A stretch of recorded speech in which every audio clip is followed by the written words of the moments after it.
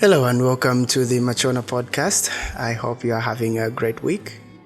This week we are talking about self-care still, as we started from last week. But we'll take a step further and ask the question, can relationships cause mental illness? So buckle up because this is going to be an insightful journey, I believe. For starters, self-care is often described as the practice of taking deliberate actions to nurture our physical, mental, and emotional well-being. It's about intentionally investing in ourselves to maintain balance and prevent burnout. In today's fast-paced world, it's more crucial than ever to prioritize self-care. But sometimes, even when we strive to care for ourselves, relationships can influence our mental health in unexpected ways. Now, relationships are an integral part of our lives. They bring joy, love, and support, but they can also introduce challenges and stresses. While healthy relationships can promote positive mental health, unhealthy or toxic relationships can indeed contribute to mental illness. And this is what we are going to talk about today. So let us consider the impact of unhealthy relationships on our well-being. Toxic relationships are usually characterized by manipulation, control, or emotional abuse, which can erode our self-esteem and create chronic stress, and sometimes even disrupts our mental equilibrium. So over time, these negative dynamics can lead to anxiety, depression, and even post-traumatic stress disorder, which is commonly known as PTSD. The toll on our mental health can be very significant. So it is essential to recognize that relationships can have a profound impact on our mental well-being, but it's also equally crucial to acknowledge that mental illness is not solely caused by relationships. So mental health conditions have several sources or causes, and individuals are also susceptibility to getting those issues varies as well. So factors such as genetics, life experiences, and personal resilience also plays a significant role in mental health or mental illnesses, I should say. Now, that being said, it's vital to establish healthy boundaries and engage in self-care practices to promote or protect our mental health within relationships. Self-care can involve setting limits on our time and emotional investment, practicing assertiveness, seeking therapy or counseling, fostering connections with supportive individuals. Surround yourself with supportive individuals. This is very helpful because you always feel like there is someone having the best intentions for you. And that is very encouraging when you are going through stressful situations. So how can we strike a balance between nurturing relationships and safeguarding our mental well-being? Communication is key, as always. Open and honest conversations about our needs, concerns, and expectations can create a foundation of trust and understanding. Additionally, cultivating self-awareness and self-compassion allows us to identify when a relationship becomes detrimental to our mental health, and we need to take appropriate actions to address the situation right there and then. Don't wait until the situation gets worse.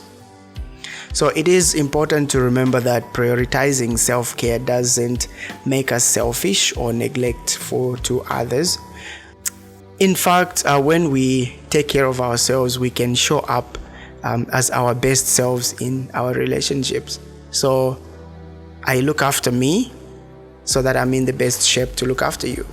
So if I'm looking after myself, then I'm actually doing something that is going to be helpful for my partner.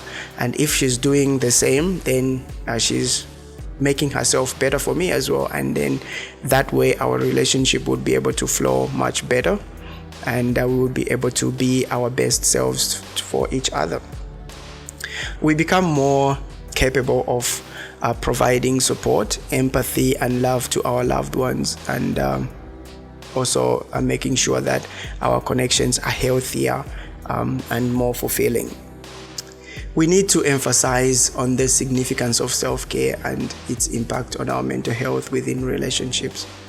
And while relationships can influence our well-being, we should also bear in mind that when we get into a relationship with other people, we are meeting different experiences from what we have gone through. And what we need to do, first of all, is we need to understand what our partner has gone through in their life. And also we need to explain to them, to make them understand what we have gone through as well in our lives. Because these things come up usually in stressful situations. That's when now you see the real side of your partner. There are some relationships which just start on a good note. It's all rosy. You've never had a fight before. A year down the line, you've never argued or fought before, and you have made all the necessary, plans on how you're going to spend your life together and all that kind of stuff. But then once you get that stressful situation, and then you're looking at the person who has always been this bundle of joy, and now you see a different side to them, and you're wondering if you have made the right decision. But I believe that it is good to, even in good times, it is good to let your partner know.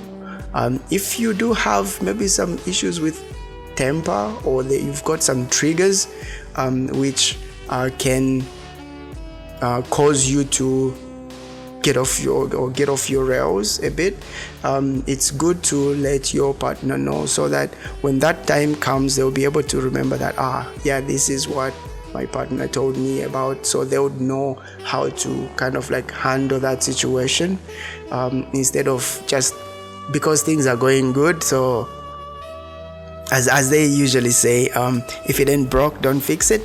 But sometimes you need to prepare for, like, make a contingency plan just in case, even if things are going well.